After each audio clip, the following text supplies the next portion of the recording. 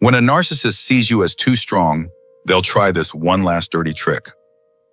Carl Jung discovered something terrifying about narcissists that most people never see coming.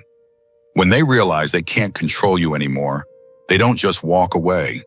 They deploy one final devastating manipulation that can destroy years of healing in a matter of weeks. And if you don't recognize it, you'll fall right into their trap. But before I reveal this last dirty trick, you need to understand the psychological warfare that leads up to it. Carl Jung said that the narcissist's greatest fear isn't rejection or abandonment. It's the moment when their victim becomes psychologically stronger than they are. According to Jung's research on the shadow self, narcissists project their own weakness onto others to maintain an illusion of superiority. But when you start healing, when you begin setting boundaries and refusing to play their games, something shifts in their psyche. Jung called this the power inversion crisis, and what happens next will shock you. See, narcissists aren't just looking for someone to love them. They're hunting for someone to control, someone whose energy they can feed off of. Carl Jung discovered that these individuals operate from what he termed the inflated ego, a psychological state where they must constantly prove their dominance to avoid confronting their own inner emptiness. When you are weak, confused, or seeking their approval, you serve their purpose perfectly. You are their psychological supply, their validation machine. But the moment you start standing in your own power, the moment you stop seeking their approval and start trusting your own instincts, you become a threat to their entire identity. And that's when they pull out the weapon Jung warned us about. According to Carl Jung, narcissists will use a technique called psychological projection warfare. When they sense they're losing control, they don't just gaslight you or play the victim anymore. They launch what Jung described as a final assault on your individuation process. Here's what that looks like and why it's so dangerous. They start by targeting your newfound strength itself. Remember how they used to criticize your weaknesses? Now they flip the script entirely. Carl Jung said this is because they recognize that your strength is the one thing standing between them and total control over you. They'll say things like, "You've changed, and not in a good way. You used to be so caring, now you're just selfish. Success has really gone to your head. You think you're better than everyone now." But here's the part Jung discovered that will make your blood run cold. This isn't random criticism. According to Carl Jung's analysis of narcissistic behavior, they're specifically targeting the parts of yourself that you're most proud of healing. If you've learned to set boundaries, they'll call you cold. If you found your voice, they'll call you aggressive. If you've built confidence, they'll call you arrogant. Jung called this strength shaming, and it's designed to make you ashamed of the very qualities that set you free.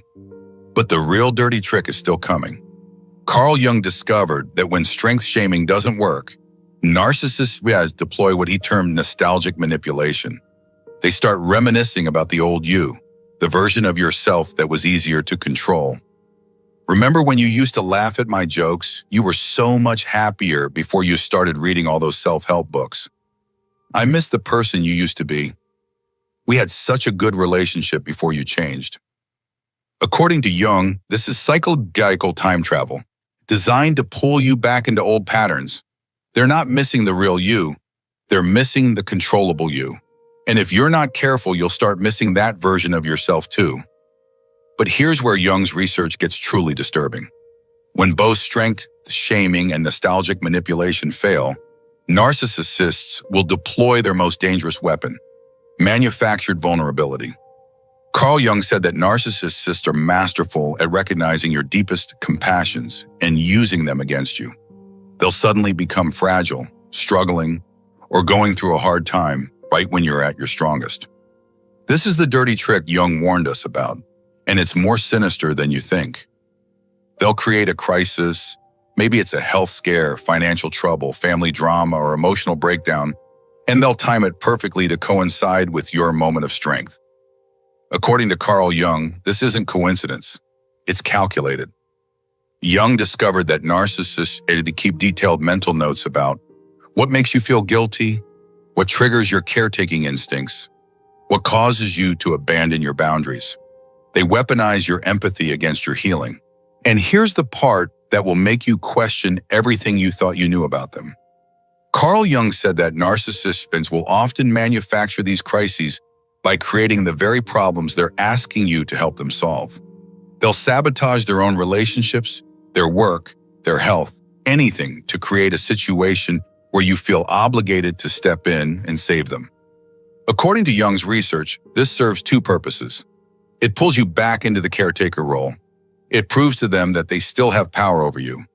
But Jung discovered something even more chilling about this manipulation. They don't just want your help. They want you to sacrifice your newfound strength to give it to them. Carl Jung observed that narcissists will specifically ask you to compromise the very boundaries and values you've worked hardest to establish. I know you don't usually lend money, but this is different. I know you said you needed space, but I really need you right now. I know you're trying to focus on yourself, but couldn't you just help me this once? According to Carl Jung, every just this once is designed to break down the psychological barriers you've built. They're not asking for help. They're asking you to prove that they still matter more than your own well-being. And if you fall for it, Jung warned, you'll lose everything you've worked for. Carl Jung said that the most dangerous part of manufactured vulnerability is that it feels so real. The narcissist might genuinely be in crisis, but Jung discovered that they're experts at choosing which crisis to share with you and when. They have other people they could call, other resources they could use, but they come to you because they know you're the one who's most likely to sacrifice your boundaries to help them. So how do you protect yourself from this final manipulation? According to Carl Jung, the key is understanding what he called differentiated compassion. You can feel empathy for someone's struggles without feeling responsible for solving them. Jung said, the privilege of a lifetime is to become who you truly are.